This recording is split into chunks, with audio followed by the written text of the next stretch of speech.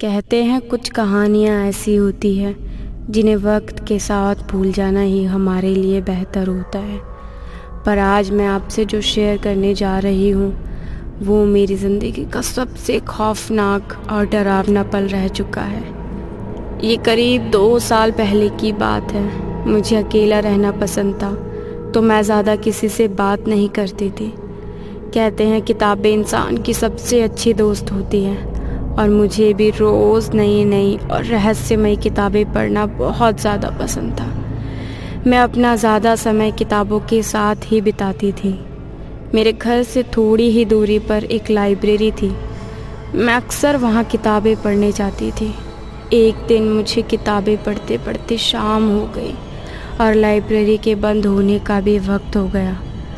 Library में चारों ओर सन्नाटा था। वहाँ मेरे और लाइब्रेरी के एक स्टाफ के अलावा और कोई भी नहीं था। मैं किताबों को उनकी जगह पर रखकर बस निकलने ही वाली थी कि अचानक शेल्फ में से एक किताब गिरी।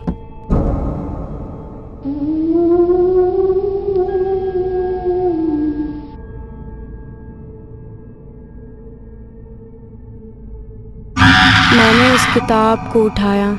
उस किताब का नाम देखकर मेरी आंखों में चमक आ गई, क्योंकि उस किताब का नाम था शापित किताब। जैसे ही मैंने उस किताब को खोला, उसके पहले पन्ने पर लिखा था, इस किताब को रात के वक्त ना पढ़े। मेरे मन में कई सवाल उठ रहे थे, पर रात ज़्यादा होने के कारण मैंने उस किताब को ख़रीद लिया।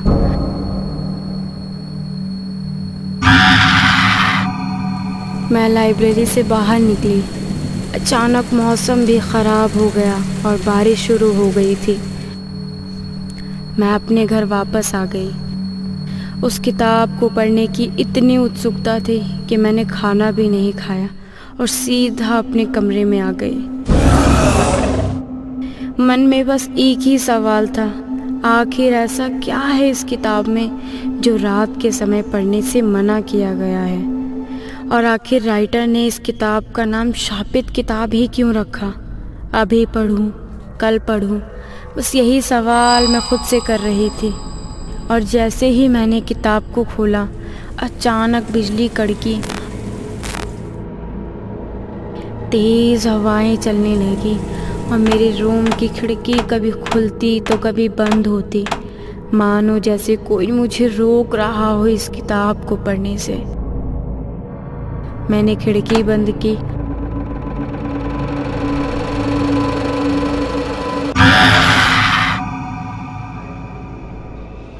किताब की पहली स्टोरी पढ़ना शुरू किया। उस कहानी में एक लड़की थी जिसका कोई दोस्त नहीं होता। उसे अकेले रहना पसंद था। एक शाम उसे एक किताब मिलती है जिसे रात के समय पढ़कर वो सो जाती है और रात के करीब 2 बजे उसकी मौत हो जाती है। वो कैसे मरती है कोई नहीं जानता।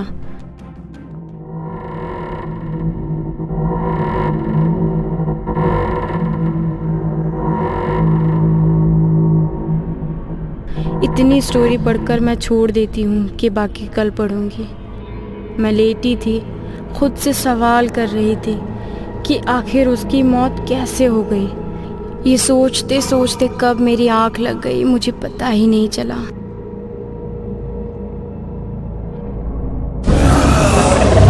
तभी कुछ आहट सी हुई।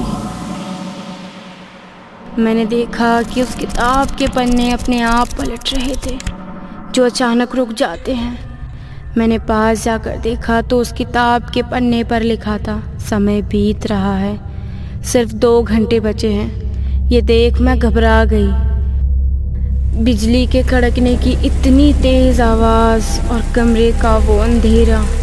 मैं इधर उधर देखने लगी। अचानक मुझे एक परछाई दिखी जिसे देख डर से मेरे पसीने निकल रहे थे।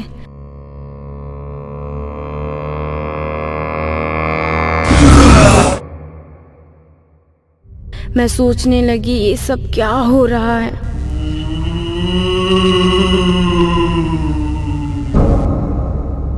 कि अचानक उस किताब की कहानी याद आई और खुद से बोलने लगी, मैं भी तो ऐसी हूँ, मेरा भी कोई दोस्त नहीं है। मैं ज़ोर ज़ोर से चिल्लाने लगी, पर ऐसा लगा कोई ताकत जो मेरी आवाज़ रोक रही हो।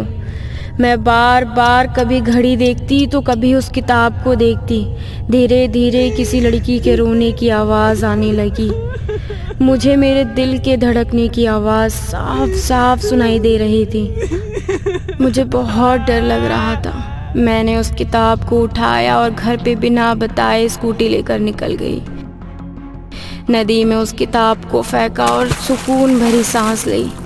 नदी में उस किताब को फेंकने के बाद घर वापस आ गई। मैं जैसे ही अपने रूम में गई और जो मैंने देखा, मेरे होश उड़ गए। वो किताब मेरे बिस्तर पर पड़ी थी। मुझे बहुत ज़्यादा डर लग रहा था और कुछ समझ नहीं आ रहा था।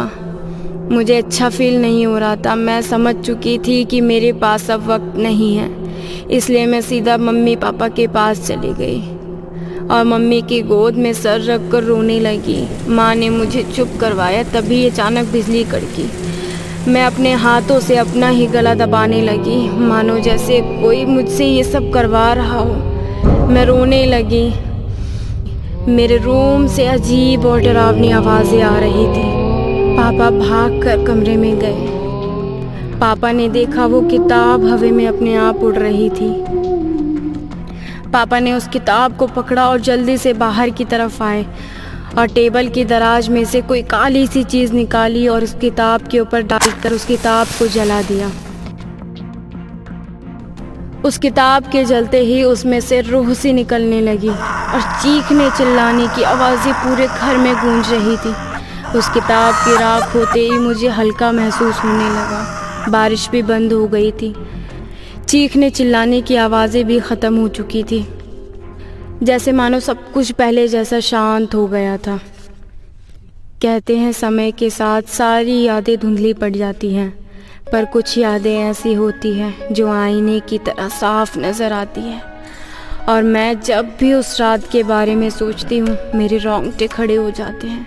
सोचती हूँ अगर पापा ने वो किताब ना जलाई होती तो शायद मैं ज़िंदा ना होती।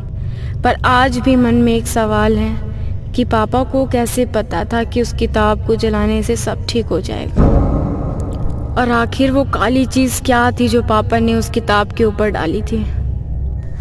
दोस्तों, अगर आपको हमारी वीडियो अच्छी लगी तो हमारी वीडियो को लाइक, शेयर एंड कमेंट करना ना भूलें और हमारे चैनल को ज़रूर सब्सक्राइब करें।